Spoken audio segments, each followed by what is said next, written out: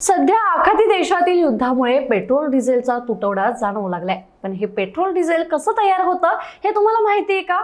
तर petrol diesel हे जमिनीखाली लाखो वर्ष दडलेल्या वनस्पती आणि सूक्ष्म समुद्री जीवांच्या अवशेषांपासून तयार होतं। हे अवशेष उष्णता आणि दाबामुळे हळूहळू रूपांतरित होऊन कच्चं तेल बनतं। नंतर या कच्च्या तेलावर प्रक्रिया करून पेट्रोल वेगळं केलं जातं।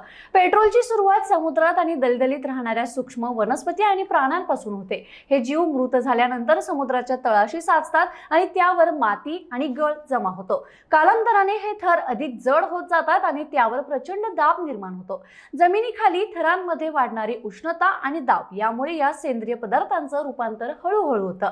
या प्रक्रियेतून प्रथम केरोसिन तयार होतं आणि पुढे ते कच्च्या तेलात बदलतं।